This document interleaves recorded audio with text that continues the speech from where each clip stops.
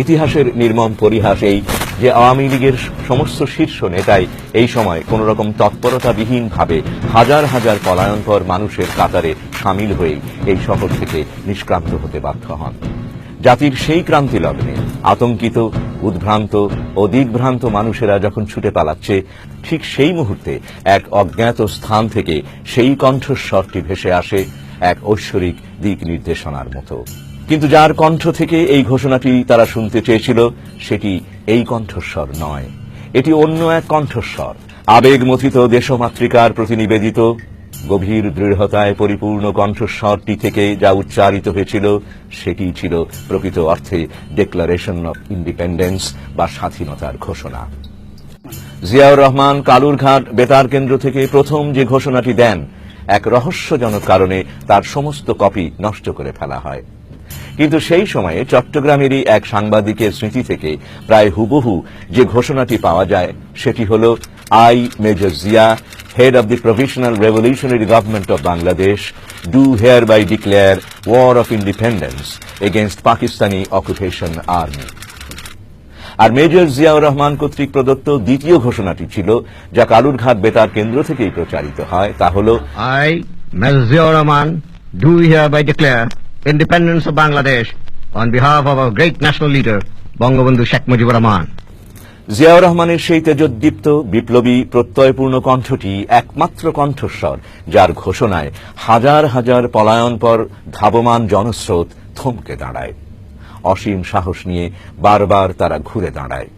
এই কণ্ঠস্বরই প্রথম তাদের লুপ্ত হয়ে যাওয়া চেতনায় আঘাত হেনে তাদেরকে সচেতন করে তোলে। এই ঘোষণা সামরিক বাহিনী তো বটেই, সমগ্র দেশেই এক ব্যাপক আলোড়ন তোলে।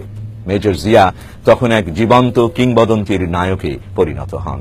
11 এপ্রিল প্রবাসী বাংলাদেশ সরকারের প্রধানমন্ত্রী তাজউদ্দিন আহমেদের জনগণের উদ্দেশ্যে দেয়া এক বেতার ভাষণে তিনি বলেন, আমাদের যুদ্ধরত বাহিনীর চমৎকার সাফল্য এবং তাদের শক্তির ক্ষেত্রে প্রতিদিন জনবল ও দখলীকৃত অস্ত্রের বৃদ্ধি গণপ্রজাতন্ত্রী বাংলাদেশ সরকারকে, যা প্রথম মেজর জিয়াউর রহমানের মাধ্যমে ঘোষিত হয়, সক্ষম করে তুলেছে একটি পরিপূর্ণ অপারেশন ভিত স্থাপন করতে, যেখান থেকে মুক্তাঞ্চলের কর্মকাণ্ড পরিচালিত হচ্ছে। 1972 সালের প্রথম স্বাধীনতা দিবস উপলক্ষে দৈনিক বাংলার প্রথম পাতায় প্রকাশিত প্রতিবেদনটির দিকে তাকালে আমরা দেখব, সেদিন চট্টগ্রামে যেমন করে স্বাধীনতার লড়াই শুরু হয়েছিল শিরোনামে একটি প্রতিবেদন। সেখানে শেষ প্যারাতে বলা হয়েছে, এই স্বাধীনতার ঘোষণাই ধ্বনিত হয়েছিল মেজর জিয়ার কণ্ঠে স্বাধীন বাংলা বেতার কেন্দ্র থেকেই। 1977 সালের ডিসেম্বর মাসে রাষ্ট্রীয় অতিথি হিসেবে জেনারেল জিয়া নয়াদিল্লির সফরকালে রাষ্ট্রীয় ভোজ অনুষ্ঠানের বক্তৃতায় ভারতের রাষ্ট্রপতি সঞ্জীবা রেড্ডি বলেন যে, জেনারেল জিয়াউর রহমানই সর্বপ্রথম বাংলাদেশের স্বাধীনতা ঘোষণা করেন। 25 মার্চের আক্রমণের পর কিংকর্তব্য বিমূঢ় পূর্ব পাকিস্তানিদের যে যুদ্ধ ছাড়া আর কোনো উপায় নেই, এই সিদ্ধান্তে পৌঁছানো একটা অতীব গুরুত্বপূর্ণ ব্যাপার। 25 মার্চের রাত 11:30টায় পাকিস্তান বাহিনীর আক্রমণের সংবাদ পাবার সাথে সাথেই জিয়াউর রহমান এই বিরল সিদ্ধান্তটি নিতে পেরেছিলেন। আই রিভল্ট শব্দটি এতই দ্ব্যর্থহীন হয়ে পড়ে যে তার অধীনস্থ সৈন্যরাও আর কোন রকম দ্বিরুক্তি না করে তার নির্দেশ পালনে ঘুরে দাঁড়ায়। সেখানে অবস্থিত সমস্ত পাকিস্তানি অফিসারকে জিয়া গ্রেপ্তার করেন। তার কমান্ডিং অফিসার জান জুয়াকেও ধরে এনে বন্দী করেন।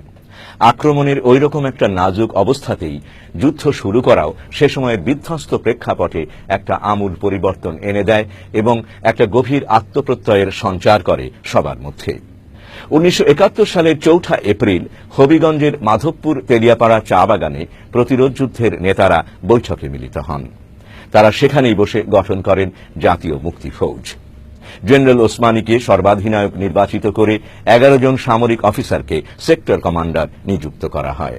2 এপ্রিল জনাব তাজউদ্দিন ও ব্যারিস্টার আমিরুল ইসলাম বহু বিপদসংকুল পথ পেরিয়ে দিল্লি গিয়ে হাজির হন। তাদের সাথে ভারতের তৎকালীন প্রধানমন্ত্রী ইন্দিরা গান্ধীর সাক্ষাতের ব্যবস্থা হয়।